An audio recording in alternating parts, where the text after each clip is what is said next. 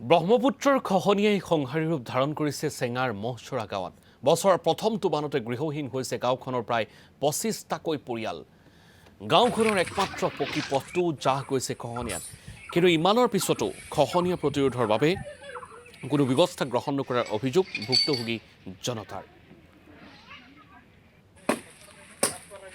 এতিয়া চাওক, এতিয়া আমাৰ ৪-৫ বছৰ হ'ল এনেকুৱা মানে গৰাখহনীয়াটো ষ্টাৰ্ট হৈছে। এতিয়ালৈকে আমাৰ একো কাম কৰা নাই। আমাৰ ৰাইজৰ পৰা যিমানখিনি কাম কৰিছিল সেইবিলাক কাম মানে একো মানে হোৱা নাই। মানে কামৰ কাৰণে মানে আমাৰ বহুত গৰাখহনীয়া হৈ আছে মানে, আৰু বহুত কাম কৰিব লাগে আছিল। আমাৰ মানে যিটো ভান দিব লাগে চৰকাৰৰ পৰা মানে দিব কৈছিল। মানে আমাৰ যিটো আশ্ৰাফুল হোসেন ডাঙৰীয়া তেখেতে মানে পইচা দিম বুলি কৈছিল, কিন্তু মানে এতিয়ালৈকে কাম হোৱাই নাই। এতিয়া ১ বছৰ যাই আছে আৰু বহুত মানুহ আমাৰ ইয়াৰ পৰা উঠি দিছে। আমাৰ গাঁৱটোৱে শেষ হৈ গ'ল, মহাচৰা গাঁও। মানে আমাৰ যিটো মানে আমাৰ মানে ৰাস্তা আছিল, ইমান আপোনালোকে দেখাই পাইছে, ৰাস্তাটোও শেষ হৈ গ'ল। এতিয়া আমাৰ গাঁওটোও শেষ হৈ যাব, আমাৰ বজাৰটোও শেষ হৈ যাব। এতিয়া ধৰক, এতিয়া ঘৰ আছিল, এতিয়া বহুত ঘৰ আছিল। আমি মানে হিচাপৰ বাহিৰত মানে আমাৰ এটা গাঁৱে আছিল ডাইৰেক্ট, এতিয়া ডাইৰেক্ট গাঁওটো নাইয়ে।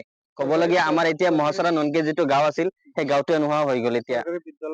চৰকাৰী বিদ্যালয় মানে আছিলে এইফালে, আপোনাৰ মানে অংগনবাদী আছিল, এইফালে চৰকাৰী আছিল, আপোনাৰ ইয়াতে ক্লাব ঘৰ আছিল, বুজি পাইছে। বহুত বহুত মানে পকী ৰাস্তা গৈছে।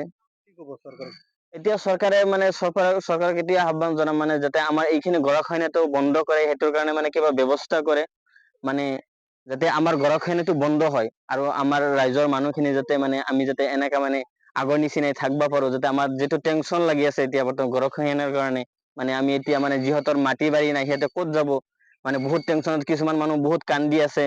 মানে যিখিনি আছিল সেইখিনিও নোহোৱা হৈ গ'ল, এতিয়া বেলেগৰ ঘৰত থাকিব লগা হৈছে। মানে বহুত কষ্টত কিছুমান মানুহ ইয়াৰ পৰা উঠি কিনে ক'ৰবাত যাই কিনে কেনেকা থাকি আছে। এতিয়া চাওক, যদি মানে আমাৰ মানে এইটো আগতে কামটো কৰিলা হয়, তেতিয়া আমি ইমান কষ্ট কৰিব লগা নহলা হয়। এতিয়া আমাৰ গৰাখহনীয়াটো বন্ধৰ কাৰণে যিটো বান দিবা লাগে, সেইটো বান আমাৰ হিচাপত মানে এইটো পানী কমাৰ লগে লগে ষ্টাৰ্ট কৰিব লাগে, যাতে আমাৰ গৰাখহনীয়া যিমানখিনি হৈছে যাতে আৰু বাকী আগবাঢ়ি নাযায়।